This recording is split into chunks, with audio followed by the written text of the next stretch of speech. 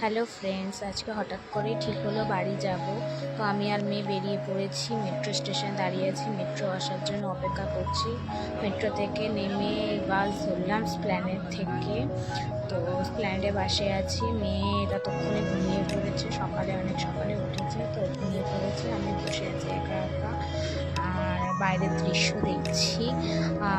সূর্য এখনও অনেকটাই তেজ নিয়ে আমাদের দিকে তাকিয়ে আছে, দেখতেই পাচ্ছ এখনো রোদটা পড়েনি।